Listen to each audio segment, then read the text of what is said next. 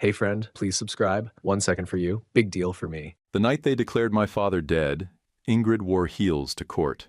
Black ones with that glossy toe, like the funeral was just another step toward what she really wanted. My name's Colin Campbell. I'm 21. I live in New York, but not the part with doormen and galleries. The part where your shoes live by the heater and your rent's paid in 3 hustles. I've been telling this story the same way for years, plain and straight, because that's how it happened. Mom died when I was 10. Her name was Jenna. She used to draw cartoons in the margins of bills just to make me laugh. The night Percy was born, I was sitting outside the delivery room, swinging my feet off the bench, and I heard the anesthetist whisper "code" before someone stepped out and quietly shut the door on me. I didn't ask questions. I just sat there till a nurse knelt down, didn't meet my eyes, and said, "Your brother's stable. You're a big brother now." Quick note, before listening, share in the comments which city or country you're watching from. Thanks, and let's continue. Percy came out quiet, never really broke that habit. They said autism, nonverbal, sensory issues, all of it. But he was exact. His world was more measured than ours. He didn't talk, but he noticed when the clock was 2 minutes off or when his socks didn't match. And I learned him, piece by piece, like a map you had to walk instead of read. Dad, Jeremy. He was a photojournalist, a travel shooter who'd survived riots, floods, deserts. Guy made his name crawling on roofs in war zones with a camera and a prayer. After Mom, he gave that up cold, switched to running the travel imprint from home, made pancakes every Sunday with too much cinnamon and let Percy lick the spoon. We weren't fancy, but we were solid. Until Ingrid. She showed up at the publishing house with a file folder, big white teeth, and too much perfume. Acted like she was being helpful, but moved around like she was casing the place. Hugged Dad like he was a prize, and side-eyed Percy like he was a spreadsheet error. She brought grief casseroles and calendar invites to charity brunches, talked about healing through service, and started hinting that a little more income could help us all move forward.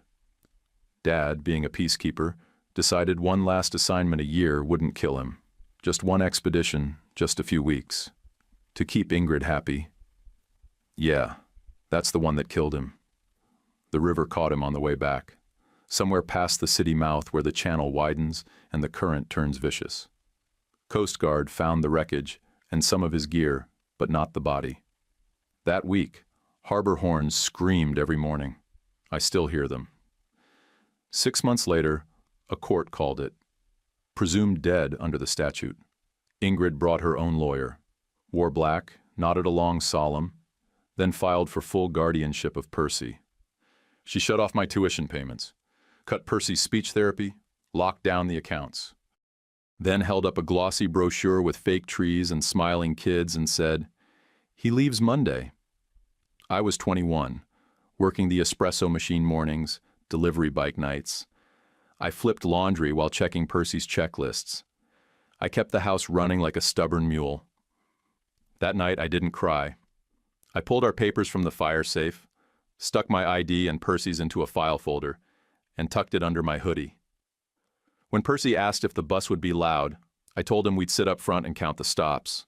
I told him to pack light and wear the blue hoodie, the one that didn't itch. I didn't tell him we weren't coming back. The morning we left, the hall light was still burnt out and Percy kept his chin tucked in like the air itself was suspicious. I shoved the envelope from Marla down into my sock, 50s and 20s, rolled tight, wrapped in a hair tie that smelled like cheap hairspray and club smoke. She'd pressed it into my palm without a word, just nodded once and walked off like it wasn't everything she had. Len swung up on his bike 10 minutes later, bundled in 2 hoodies and duct-taped gloves. He looked me over once and nodded at the bags. "Both?" he asked. I said, "Strap 'em." He bungeed our duffels to a crate on the back of the bike like it was just another run, just another day, and pedaled alongside us all the way to the corner bus stop before peeling off without a word. We were ghosts before sunrise. 2 buses, 1 transfer, and a river train that crawled north like it knew we needed time. Percy sat against the window with 1 finger on the metal seal, breathing in sets of 4, like his old therapist taught him. He didn't ask where we were going. He knew it wasn't back. Grandma's house sat on the edge of a town the interstate forgot, tucked between a closed lumber mill and an old apple orchard that leaned east like it was listening. The porch steps creaked even when you didn't move. The attic smelled like mouse nests and dust, but it was dry, and the view faced the woods. I told Percy, "This is it." He didn't speak, just touched the floorboards with his palm, and then nodded once. The house wasn't big, but it was ours. Grandma left it to Dad before Ingrid showed up, and the county had it down as his separate property. What saved us was the little piece of legal prep she filed before she died, a transfer on death deed that named me as contingent beneficiary with full right of occupancy. Ingrid couldn't get within 10 feet of the front step without tripping on that filing. We climbed the narrow attic ladder, dropped our bags, and I pulled the board up from the corner, taped our birth certificates and Dad's old papers under it, flat and secure. I wasn't paranoid. I was prepared. I made new rules on the first night. Earplugs hang by the door, shoes in the bin with blue tape, dinner at 7 sharp, lights off by 9. Routine wasn't optional. It was air. Next morning, I walked into Sophie White's cafe with my delivery bag still on my back. She didn't flinch, looked me over once, then said, "Can you steam milk without choking?" I said, "I'll figure it out." She tossed me an apron, no questions asked. 3 days later, she added me to the delivery board. 5 days after that, she built a color-coded schedule with me on her laptop and called it a plan. Not charity, a plan. The attic got cold at night, but Percy didn't mind. He stacked his notebooks like bricks near the vent and counted the creaks when the wind picked up. He started school the next week. Mrs. Ives, the history teacher, took one look at him and said, "My son doesn't like bells either," and handed me a list. What forms to file, which ones to ignore, where to push back if anyone tried to shuffle Percy into the wrong box. He met Asa Trent at lunch. Kid wore a cargo vest full of postcards and said, "Trade you an old lighthouse for that orange." Percy peeled his orange in one piece, gave it up, and got 2 postcards in return. They sat in silence for 15 minutes, then walked to class without speaking. Perfect match. I worked the counter mornings and delivered scones and coffee across town by bike in the afternoons. Sophie helped me figure out a rhythm. No pity in her eyes, just quiet logistics and backup plans. She didn't ask why Percy flinched at sirens or why I stared too long at old men in gray jackets. She saw it all and said nothing. Nights, I lay on the attic floor with a hoodie for a pillow, watching the moon cut lines through the slats. I listened for sirens, for engines, for footsteps that never came. Still, every document stayed right under that loose board. On the 10th day, Ingrid texted, "Come home." I didn't respond. 2 days later, custody hearing scheduled. I logged the date and time, screenshotted it, and sent it to a new email I made just for court prep. After that, silence. 11 days of it. I printed those texts and filed them in the same envelope with our documents, because silence from Ingrid didn't mean safety. It meant a different angle was coming. Len found me a loaner bike with working brakes and half a bell. I rode it like it was worth something. Ran scones before sunrise and closed shop at dusk. I learned which customers tipped, which ones lied about forgetting their wallet, and how to smell a supply shortage a week before it hit the register. Sophie noticed when I stopped drinking the burnt drip we gave to customers we didn't like. She handed me a mug one night and said, "You're not just surviving, you know that, right?" I didn't answer. Just kept washing cups in order, biggest to smallest. Somewhere between the second batch of muffins and the third post office run, I realized something strange. I didn't miss the city. Not the noise, not the pacing, not even the skyline. But I missed Dad. I missed the way he cracked gum at red lights like he was shooting B-roll. The way he could find the best light in the worst diner.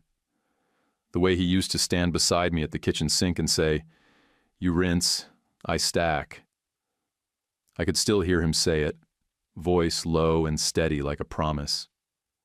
Every morning, I stood behind the espresso bar and frothed milk like it was a ritual. One hand on the pitcher, one eye on the clock, steam hissing steady. I'd recite the week's budget under my breath. Rent, groceries, Percy's appointments, Sophie's shift payment, plus $5 for socks. If the foam split wrong or the numbers didn't line up, my hands shook. At night, I wiped the espresso head twice and locked up at exactly 10:12. Then I'd sweep. Then I'd double-check the register. Routine kept me from unraveling. Routine kept Percy stable. Routine was the only thing in the house we could afford that actually worked. Percy had started a notebook system around then. One for facts, one for scenes, which I figured meant stories. He didn't say much about what was in them, but every couple nights he'd read one to me while I sorted laundry. Just short, clipped lines, brothers on a ferry, a silent lunchroom, endings left open like a door propped with a stone. He said once, "I want to earn so I can subtract from you." I looked at him. "You mean so I have less weight to carry?" He nodded. That was Percy's version of a hug. By week 3, Sophie bumped me to shift lead. She didn't say it like a promotion, just handed me the new schedule and said, "Grinder's fixed, coffee's hot, and you haven't been late once. That's how people move up here." She slid the direct deposit form across the counter like it was a napkin. Mrs. Ives met me outside the school after drop-off one Thursday, with a folder already labeled Colin Campbell, Guardian. She said, "We built an IEP that actually fits. You just need to sign here, here, and here." And I already gave Asa the green light to stay by his side when the class gets loud. Percy stopped bringing home oranges after that. He and Asa started trading drawings instead. Lighthouses, ships, empty benches. Percy colored in silence. Asa watched, counted time on his fingers, then handed over gum when it looked like Percy was getting tight. Marla texted me a link out of nowhere. northharborpages.net. A zine site. She'd posted scans of Percy's notebook stories. No address listed, just a P.O. box she'd rented on the edge of town. "People are buying 'em," she said the next day, breathless. Like actual orders. "I printed 10 more this morning. I used the school's risograph. Don't rat." I didn't. The first official knock came 2 Mondays later. Percy was eating crackers in the attic, lining them up by edge chipping. I opened the door to a guy in a pressed jacket, eyes like a meter reader. "Colin Campbell?" he asked, already unfolding the manila envelope. I nodded. "Service of process," he said. "Custody petition. Emergency review." He paused. "Sorry, kid. Name's Calder Mott on the letterhead. You should probably read the fine print." The guy left without waiting for a signature. I didn't panic. I walked back to the counter, took a picture of the top page, and texted Sophie. She read it in the kitchen, then came out and leaned against the doorway like she'd been waiting for this exact thing. "If they want character statements," she said, "I'll testify to Percy's routine, your work hours, and your stress management. I've got all the shift logs. I'm not scared of paperwork." I let out half a breath. That was enough. 2 days after that, Bram Sutter, Ingrid's real estate buddy, posted an online listing for our old city house. "Coming soon," it said, like it already belonged to him. I took screenshots. The floor plan had our bedroom marked conversion potential. He hadn't even waited for probate. I forwarded it to Mr. Henderson. Hadn't talked to him since the memorial, but his number was still saved. He replied inside the hour. "Looking into it," he wrote. His voice, even in text, felt like rebar. Solid. That Thursday, Sophie's landlord delivered a notice. Lease termination pending property reassessment. No explanation. I traced the LLC through 2 search portals and found a shell tied to one of Bram's holding companies. I brought it to her in the kitchen. "They're trying to squeeze you to squeeze me," I said. She nodded once, lips pressed. "Then we double down," she said. Len took a stack of Percy's zines and stashed them in his courier bag. He peddled the waterfront circuit and dropped them in cafes, record stores, the marina kiosk. People don't stop a bike that looks like it's in a hurry, he said, especially if you ring the bell like a lunatic. Percy didn't say much that week, just kept writing. 3 new stories. No titles, just numbers. I found one with a line underlined in red pen. A brother is a small lighthouse you carry in your coat. I read it 3 times. I folded it and put it in my wallet behind my ID. The next night I cleaned the espresso machine twice just to burn nervous energy. We'd gone from hiding to hustling to now standing dead center in somebody's crosshairs. Marla came by the shop around close with a printout of order totals. "People love this kid's writing," she said. "We're going to need more paper." I raised an eyebrow. "You sure it's not just pity buys?" She snorted. "Nah, man. They quote him. Like, in comments. Some lady wrote a whole blog post called, 'My Brother the Lighthouse.'" Sophie stepped out from the back with a fresh pot of drip and 2 mugs. If they're quoting him, it's not pity. It's resonance. Percy sat in the attic that night, sketching a scene of 2 boys sitting on a dock. I watched him through the open hatch, backlit by his clip lamp. He didn't flinch when the wind knocked a loose shutter, just kept drawing. I locked the downstairs door, slid the bolt, then walked back to the counter and rewrote the next week's budget on the back of a coffee sleeve. Rent, groceries, zine paper. We weren't just surviving anymore. We were building a life around words. Sophie taped the open mic flyer to the cafe window the same day Percy printed his 5th zine. She didn't make it a big deal. Just a soft launch with muffins and house drip. No cover charge. The list filled in half an hour. I signed up last, just to balance the page. Percy put his name down as P.K. North. No first name, no intro. Just initials and a pen name he made up after looking at a train schedule. The place filled by 7. Locals, a couple art kids from the high school, a guy in corduroy who claimed to run a podcast but didn't say the name. Percy sat near the back with his notebook clutched flat and his hoodie sleeves pulled over his hands. Dorian Pike, that loudmouth DJ from town with too many thrift store vests, brought an old speaker that still had a church sticker on the side. I told him no loops, no mic feedback, nothing stupid. He held up his hands. "Relax, man. I've got harbor sounds, waves and wind, calm stuff. It's texture, not noise." I gave him a look. He shrugged. "Trust me, it works." It did. When Percy's turn came, Sophie called him up like it was just any other reader. He walked to the mic without looking up, hands flat, voice quiet, every word exact. "Story number 7, he said. 2 brothers on a dock. One counts time, one counts foghorns." You could hear a coffee stirrer hit tile. Nobody moved. Even Dorian stopped chewing his gum. Percy read 2 pages, literal short lines, no drama. But you could feel it in your ribs. He ended with, "A dock is a question, a brother is the answer." Nobody clapped for a beat. Then Sophie started, small and steady. The sound built from there. Marla caught the whole thing on her phone, posted the clip to the cafe feed that night. I figured we'd get a couple likes, maybe a share or 2 from the kids in town. Instead, it spread fast. First it was our town, then the next one over. Then some bookstagrammer with a tiny book account reposted it and called it pure. Percy didn't care about the comments. He asked if people had questions about the spacing in his zine. I told him not yet.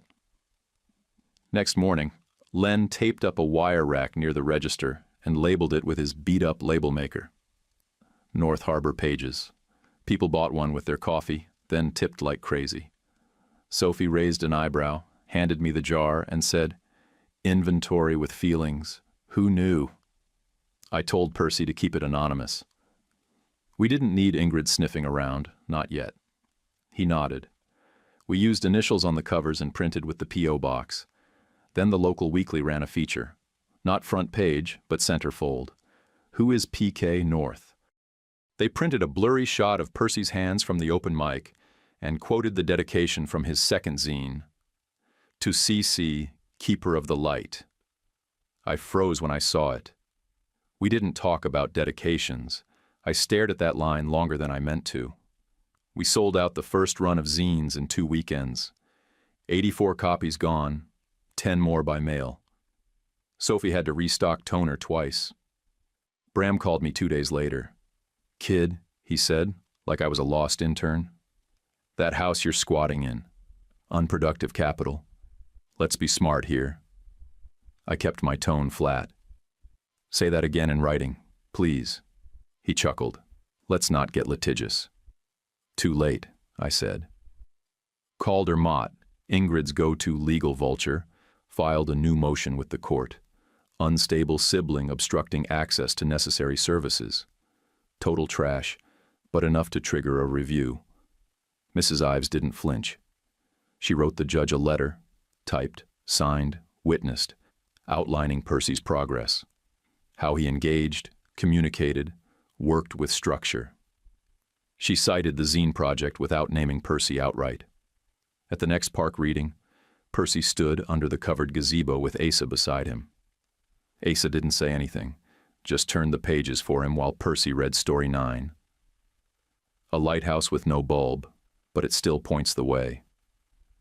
A kid clapped first, then a woman with a stroller, then the rest. By the end, Percy was holding the last page in both hands, still as a statue, and nobody was looking at their phones. That's when I knew we had something real. Back at the cafe, I counted the lockbox twice, then once more for good measure. I walked it across town to a lawyer whose office sat above a quilt shop and smelled like paper and lemon drops. He wore corduroy, didn't shake hands, and only said one thing before quoting his rate. "You're not too late, but you're close. We need paper, not passion." I paid the retainer in cash, told him I wanted to get ahead of what was coming. "You got records?" he asked. "Everything but their toothbrushes," I said. He smiled. "That's a start." Back at the cafe, after close, Sophie handed me a spare set of keys. "If they push me out," she said, "you run the mornings. We don't shut down. Not for them." I nodded once, lined up the cups by size, and said, "Copy that." 8 weeks out, the city book fair hit the calendar. We circled it in red, not as a maybe, as a line we planned to cross. I'm telling this part the way Mr. Henderson reconstructed it later, piece by piece, because that's the only way it makes sense. It explains why some things get forgiven and others don't. It explains why the river stopped being just water and turned into evidence. Dad's catamaran hit bad water where the river widens and starts pretending it's an ocean. Wind pushed against current, and the hull slapped wrong. He went over hard, clipped his head on the crossbeam, and lost the camera before he lost the boat. The current carried him past the reeds where sound drops off and depth lies. That's the part everyone agreed on. A fishing crew called in a report later that morning. A man washed into the shallows 2 bends down, middle-aged, bleeding, alive, but not saying much. The details shifted with the tide. One guy said the man had dark hair, another said gray. Someone swore he was wearing a jacket that didn't fit the season. No name, no papers, no camera. Rumors stacked fast at the river mouth. Short pieces of a story about a picture man without a camera. A guy who asked where he was and didn't recognize the answer. A guy who walked like he'd spent his life balancing weight through his hips, careful and practiced. Mr. Henderson didn't buy the tidy version. He burned air miles and shoe leather instead. He looked where the boat was found, not where the story said it went. He stood on docks and talked to men who didn't look at the sky when they lied. Dock workers pointed him to bars, and bars pointed him to crews, and crews pointed him to a man who walked like that photographer. Henderson said later he followed posture more than faces. Before he went upriver, he stopped at the city house. Ingrid answered the door in black, hair pinned tight, face set like she'd practiced. Bram Sutter sat on the couch too close, legs crossed like he owned the room. Henderson kept his questions short and his eyes moving. New locks on the door, new keypad on the alarm. A number taped by the phone that wasn't ours. Ingrid cried on cue. Bram did nothing at all, which told Henderson more than tears ever could. The red wine stain on the rug was old, not from mourning. The place smelled like someone else's perfume, something sharp and expensive that didn't belong to grief. Henderson left without raising his voice. That was his way. He went to the police first, then to the local paper that used to run Dad's travel spreads, then to the courier company that handled freight near the river, then, quietly, to my friends. Some neighbors told him I'd gone wild and ran off. Ingrid kept it cleaner. She said, "He's grieving and confused, and we're protecting Percy's routine." She'd already changed our numbers. Calder-Mott had already hinted that contacting us violated some protective arrangement that didn't exist on paper, but slowed people down anyway. Confusion works best when it sounds official. Henderson kept notes, dates, names, withdrawals. He traced Bram's shell companies through property records and found a stack of cash pulls that lined up neat with Ingrid's club nights and charity tables. Money that moved fast and didn't come back. He flagged them all. Upriver, a deckhand finally said something that stuck. He said there'd been a man sleeping in a shed by the marsh for weeks. Didn't drink, didn't ask for much. Asked about tides, asked about cameras like he used to own one. Henderson went there. The shed was empty, but the footprints were careful, like someone who didn't waste steps. What I knew back then was smaller. I knew that some mornings, when I biked past the river on deliveries, the sky looked less dangerous, like a bruise turning yellow. The water didn't grab at the light the same way. I felt it in my chest before I had words for it. I didn't know Henderson had already packed a small bag and told himself, "We look again tomorrow." He looked again and again. He checked clinics and shelters and docks. He listened to people who spoke in fragments. He learned about a man who'd been pulled from the shallows by a fishing crew foreman named Noam Ridley. A quiet guy who didn't like attention and didn't file stories unless he had to. Noam had kept the man warm, fed him soup, asked questions slow. The man couldn't answer most of them. He didn't know his name. He didn't know the date. He knew how to clean a lens with his shirt and how to hold a camera steady in bad light. Henderson found Noam by accident, the way you do when you don't quit. He listened without interrupting. When Noam described the way the man stood, Henderson didn't need more. In the city, Ingrid tightened her circle. Eunice Vale hosted dinners and posted photos about supporting families. Bram listed properties that weren't his yet. Calder sent letters that sounded like law but weren't. Henderson collected all of it and kept moving. Then one afternoon, weeks later, a river group shared a flyer with Sophie's cafe name on it. Something about a reading, about harbor stories. Henderson circled the word harbor in his notes and underlined it twice. He said later that was the first time the trail pointed forward instead of back. All of this was happening while I counted tips and stacked cups and taught Percy how to ship zines without bending corners. While Ingrid smiled for cameras and called herself a widow. While Bram measured rooms that weren't his. While Calder sharpened phrases meant to cut people smaller. I didn't know any of it then. I just knew the river didn't scare me as much some days. I just knew the air felt different, like it was holding something back. The night Henderson finally stood on the dock where Noam said he'd found the man, the water was calm. He told himself, out loud this time, "We look again tomorrow," and bent down to study a set of footprints that walked careful toward the reeds. He followed them upstream. We boxed the first run of Harbor Brothers on a Tuesday night, right after I fixed the supply shelf that kept collapsing under the bags of espresso. Sophie brought packing tape, Percy lined up the covers to check alignment, and I sealed every box with a marker swipe and a whispered number. 450 copies. Pre-consigned for the indie table at the city book fair. It didn't feel like a little side project anymore. Percy didn't say much. Just made sure his dedication printed right, to the one who stood in the fog first. A few days later, a city culture blog picked up the clip from the preview table at the cafe. They called the chapbook quietly revolutionary, whatever that means, and quoted the line that had already started making the rounds online. "You carry a small lighthouse for your brother in your coat." Then they posted a photo. Sophie in the background, laughing near the pastry case. Me in the foreground, out of focus, head down, bandana tied behind my neck. Nothing sharp, but clear enough. That photo reached Henderson by morning. He called the freelancer asked for the original shots, and got the full set. He sent me one via text. Just the bandana knot centered. My father's knot. Double looped, left over right, pulled notched like a camera strap. He only taught 2 people to tie it. His message said, "Who taught you to tie this?" I stared at it for a long time, sitting on the milk crate behind the cafe, shift apron still on, my hands smelling like dish soap and lemon peel. Then I typed back, "My father." That's when I knew we weren't circling anymore. Henderson had a real lead. He already had a name, Gnome Ridley, the fisherman who pulled a man from the river. But Ingrid had locked down every route to us. Phone, mail, records. The blog photo was his first clean breadcrumb. We arranged a meeting, neutral ground, the park by the chess tables, noon sharp, no press, no cafe backdrop. Just 3 people who still cared.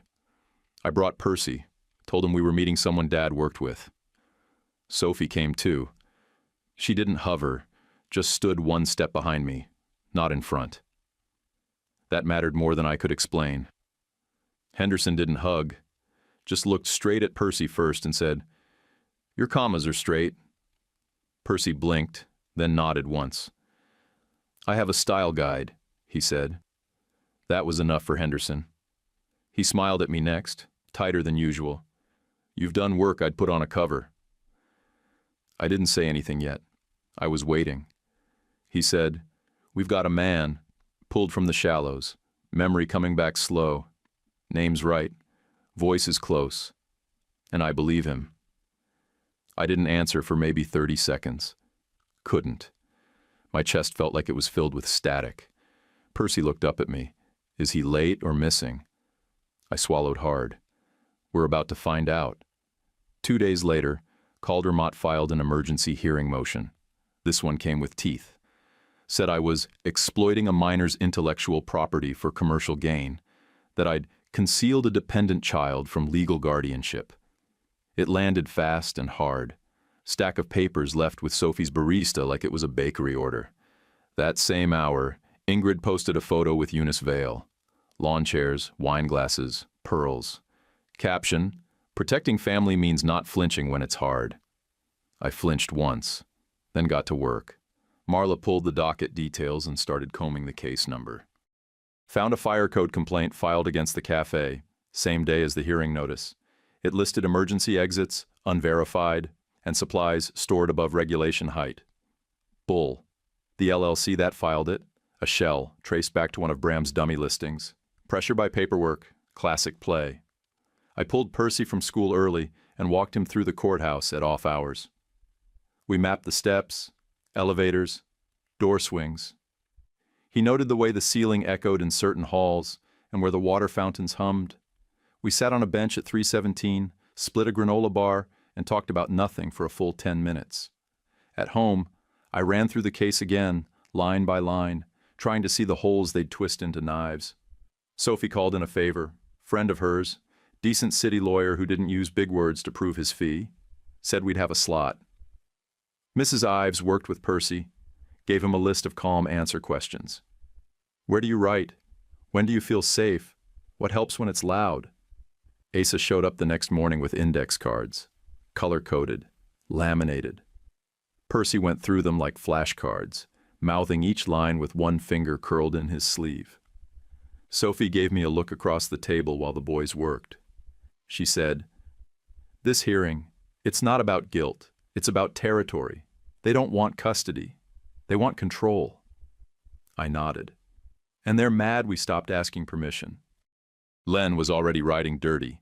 Courier satchel full of screenshots, bank withdrawals, digital paper trails. He even pulled a flyer for one of Ingrid's fake events. Gala for autism support.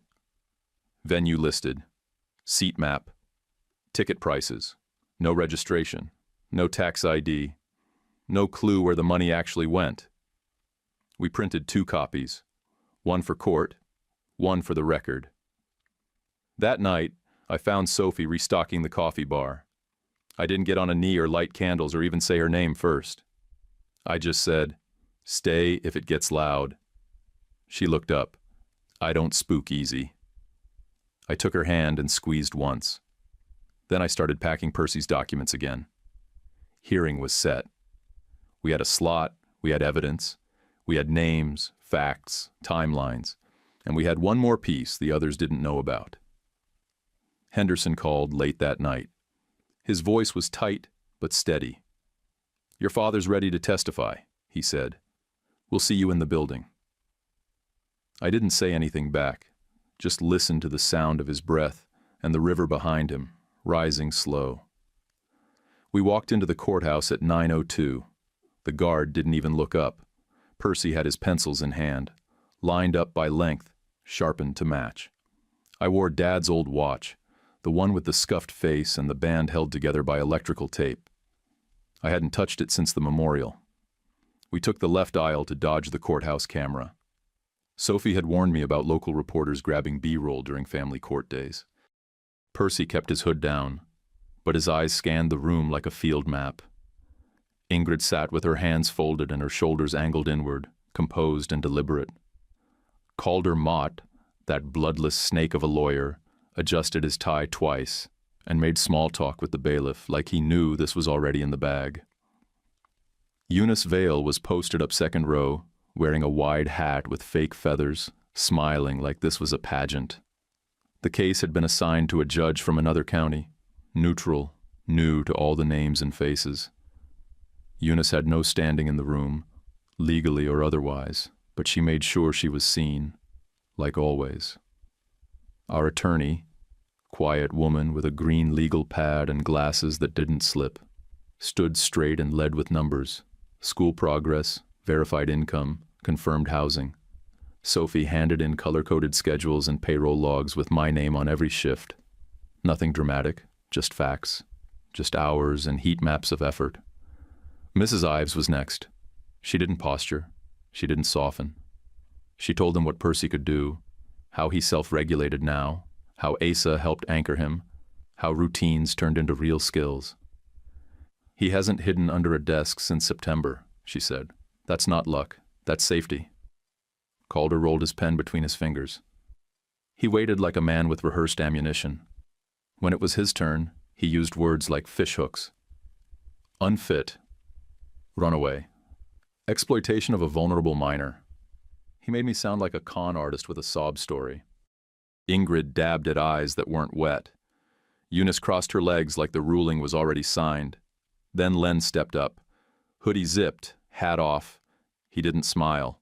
He laid out screenshots, listings Bram posted for our old house, before probate, before court. Side-by-sides of shell companies with matching tax numbers, lease notices tied to addresses Bram never visited. Same LLC, 3 names. You can call it what you want, but it smells like fraud, Len said. Marla followed, wearing black nail polish and a denim jacket covered in campaign buttons. She dropped 2 color prints on the table. Ingrid's gala flyers, identical layouts, same donation QR codes. The recipient? A private Venmo tied to Ingrid's full name. "Charity doesn't hide its receipts," Marla said. "Also, the event never happened. I checked with the venue." Calder shifted. You could almost hear it, like the air changed temperature. Then Percy asked to speak. The judge glanced down, adjusted her glasses. "You prepared for that?" I said. "He is." Percy stood. He didn't look at Ingrid. He didn't look at the gallery, just the judge. "I can write at home," he said. "At the other place I hid under a table, that's all." Then he sat down. No tears, just fact. Calder leaned forward. "Your Honor, clearly the child's been coached." The judge held up a hand. "Stop. You're not helping yourself." She turned to Ingrid's side. "Why isn't this charity registered? Why does this code route to a personal account?" Eunice stopped smiling. We recessed for 10 minutes. I led Percy into the hallway. Sophie handed him a juice box and nodded toward a bench. I leaned against the wall and exhaled for the first time since the door opened. Around the corner, I heard Bram whisper to Ingrid, "We have to steer the story in our favor." A reporter from the local paper overheard it and wrote something down. Sometimes the world helps when you don't expect it. Back in session, our counsel made it clean. The miner's routine is stable. Support systems are verified. Residence is safe. Custody should remain with Mr. Colin Campbell pending full review. Calder stood like he was delivering final judgment. This is obstruction. We demand immediate removal. Today. Then the door opened. I heard Henderson clear his throat, that low gravel sound he always made before calling meetings to order, like punctuation. And behind him, Dad walked in. He looked thinner, hair more silver than gray, wearing a cheap river jacket and a button-down 2 sizes too big. But the way he stood, that didn't change. Balanced weight, shoulder back, chin up, camera posture. Ingrid went sheet white. Bram stared at the carpet like it might swallow him. I didn't cry, didn't move. I stood. Percy stood too. He said, calm as a weather map, "You're late, Dad." That was that. The judge recessed longer this time. Enough for the court clerk to refill her tea. Enough for the pressure in my chest to turn sharp. Dad sat across from me in a corner seat, calm as stone. Same hands, same posture. He didn't fidget. He didn't pace. Instead, he signed an affidavit that Henderson had drafted with surgical care. It detailed the accident, the days he couldn't name, the faces he remembered in pieces, and the moment memory came back like a punch to the throat. Every sentence was clipped and precise, just like his old field notes. Henderson lined up attachments like it was a gallery shoot. Police reports, intake logs, Ridley's signed statement, and annotated maps of the river bend. No fat, all muscle. I turned one page and saw a name I didn't know yet. Gnome Ridley. The fisherman who pulled my father out of the water, gave him soup, gave him shelter, gave him time. I pressed my finger to the name, committed it to memory. Ingrid came back in with a different face. She went for soft, tired, worn-thin grief. Said it all happened so fast. Said she was overwhelmed. Said, I never stopped hoping he'd return. Then Calder stepped up and pivoted like a man slipping on ice. He tried to narrow the case to technical complications, jurisdiction confusion, and delayed documentation. The judge didn't blink. She said, "Do you have the timeline written out?" He didn't. She said, "I need dates and deposits, not theories." I almost smiled. Lies don't like spreadsheets. Midway through the final recess, Bram Sutter slipped out a side door like a man dodging a bounced check. By that evening, he'd posted a photo of a martini and captioned it, "Fresh opportunities ahead." By the next morning, a detective from the Financial Crimes Division left a message with our attorney about shell landlord fraud connected to one of Bram's LLCs. Ingrid's gala still went ahead that night. Eunice Vale posted a filtered reel of past hors d'oeuvres and string lights. Smiles all around. Like nothing happened. But Henderson's contact at the city paper didn't let it slide. The headline dropped at 7:48 a.m. Where did the money go? The piece was sharp. Named names, raised questions, posted screenshots of donation forms tied to private accounts. It asked why a grieving widow's charity events had no known beneficiaries, and why every date overlapped with court filings. Back in the judge's chamber, the court issued an interim order. Dad moved what was left of the family accounts into a trust for Percy. On paper, he was the legal custodian again, but day to day, that stayed with me. He signed the final form, looked me dead in the eyes, and said, "I'll backstop. You steer." Like we were prepping for a shoot, like he was handing me the call sheet. We didn't hug, just stood in the same room like we had before the river pulled him under. That night, Sophie came off her shift and walked straight to our porch without knocking. She carried cocoa, still warm. Percy had lined his notebooks across the table, edge to edge, like planks on a dock. We sat in silence for a minute. I kept my hands in my lap. Then I told her the quiet thing. I didn't think I'd ever be allowed to stop surviving. She didn't flinch. She reached across and placed her palm on the table, right between the notebooks. She said, "You did more than survive. You built something." Then she leaned back and just stayed there, like it was her spot now. Calder tried one more motion, Some last-minute emergency objection citing improper placement and parental destabilization. It died in paperwork, no traction, no teeth. The court scheduled a formal custody review for spring, but under the interim order, Percy's residence stayed with me. His brother. Day-to-day care was mine. Legal structure belonged to Dad again, with the understanding that he wasn't ready yet, which we all knew. The attorney wrapped up the paperwork, handed me a copy and said, "This holds unless someone makes a serious mistake."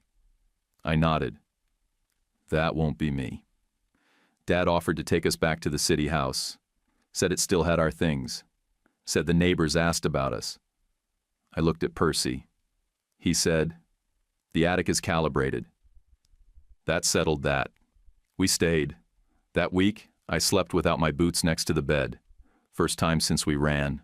No sirens, no texts from Ingrid, no fake notices under the door. Just us. Just the roof, the cold, the soft hum of Percy scribbling. Looking back, I should have known the hard part wasn't over.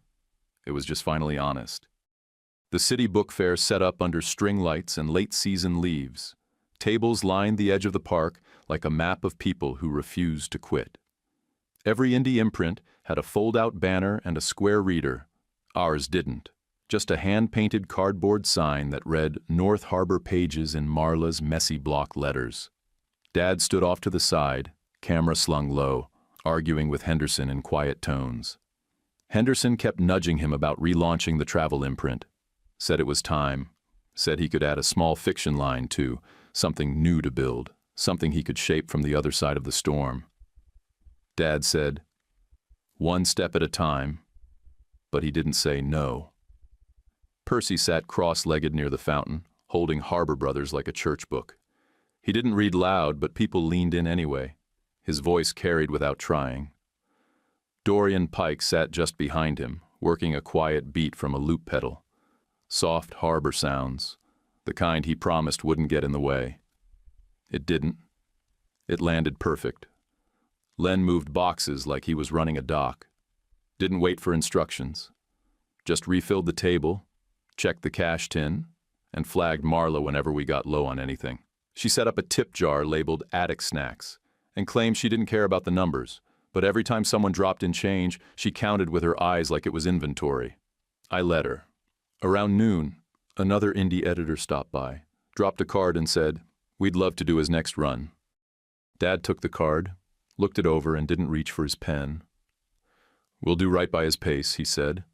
"Nobody rushes the kid who writes about lighthouses." We signed the paperwork later that afternoon, me listed as custodian under the court's interim order. Every cent of Percy's royalty split routed straight into his trust.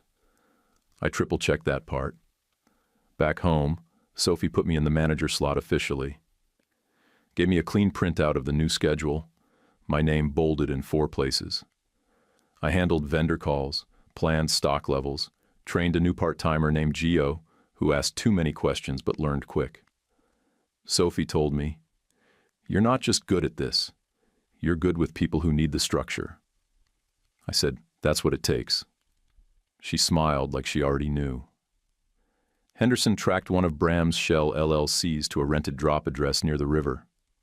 The paper followed up with another piece. Same reporter, sharper tone. By midsummer, a grand jury letter went out with Bram's name at the top and 2 more buried in the fine print. I didn't celebrate. I didn't pour drinks or post screenshots. I just breathed. Ingrid's invites dried up. Eunice Vale posted a statement about focusing on personal wellness and removed half her garden party photos. No public apology, no backpedaling, just disappearance. Invitations dried up. Once you're not useful, you fall off their calendar. The city house, the one Ingrid tried to flip early, finally got repaired. Dad handled that part. We didn't move back. Instead, we rented it legally, to a middle school teacher with a dog named Button. The rent check went straight to Percy's trust, not to Ingrid's dresses or gala hors d'oeuvres. Between my cafe paycheck, Percy's growing royalties, and the steady backstop Dad kept adding from his own trust contributions, we didn't guess at bills anymore. We paid them. On time. Every time. At one of the late readings, Mrs. Ives brought her son for the first time. He sat beside Asa. Percy finished reading a short piece about two boys in a library, one who liked stories and one who liked numbers. When he finished, Asa introduced him like a stage manager. Their handshake lasted longer than most, and then they let go at the same time, no awkwardness between them. After the event, Dad handed me a memory card. Shot it all with a little mirrorless camera, just enough resolution, nothing flashy. He said, "Cull it. Keep what matters." I did. I kept 2 frames. One of Percy looking up at me like he had when we first ran, and one of Sophie laughing with her eyes half closed and her sleeves rolled up. By the end of the month, the numbers came in. An indie press printed a combined run of 12,000 units, first and second runs combined, off pre-orders, reorders, school library orders, and a network of teachers who had picked up the blog coverage. Percy heard the number, shrugged, and said, "Can we still do open mic on Thursdays?" We said yes. That night, after the last customer left and the back room was dark except for the undershelf light, I turned to Sophie while she counted beans for the morning. I didn't pitch it with a speech or a ring or anything too dramatic. I just said, "Move in." She looked at me like she'd already packed. "Yes," she said, "you've been ready. I was waiting for you to say it." Then she flipped the lights off and said, "Tomorrow you're training Geo, and I'm sleeping on the left side of the bed." We strung warm lights along Grandma's old fence like we were fixing it with brightness instead of nails. Percy insisted on symmetrical spacing, and I let him run the staple gun while Asa held the ladder. The air had that dry winter sting that cuts your nose and clears your head. It felt right. We dragged the folding table out from under the porch and set it by the apple tree. The legs were a little uneven, but Dad folded a napkin to wedge underneath. Then he straightened the tablecloth twice like he always did. Crease at center, edges squared, hands steady. Sophie stood next to me in her coat, hair pinned back, cheeks flushed from the cold, and from telling Len to knock it off with the cider jokes. "This thing looks like an altar if you squint," she said.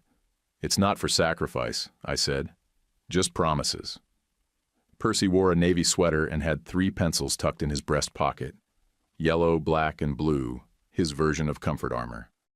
Asa walked behind him like a bodyguard, holding a small cloth pouch like it was national security.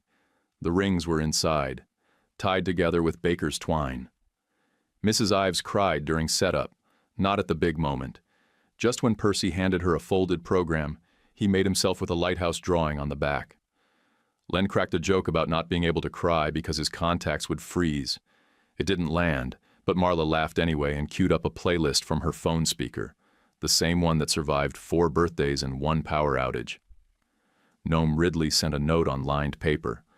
Said weather kept him from making the drive, but he was proud of us all.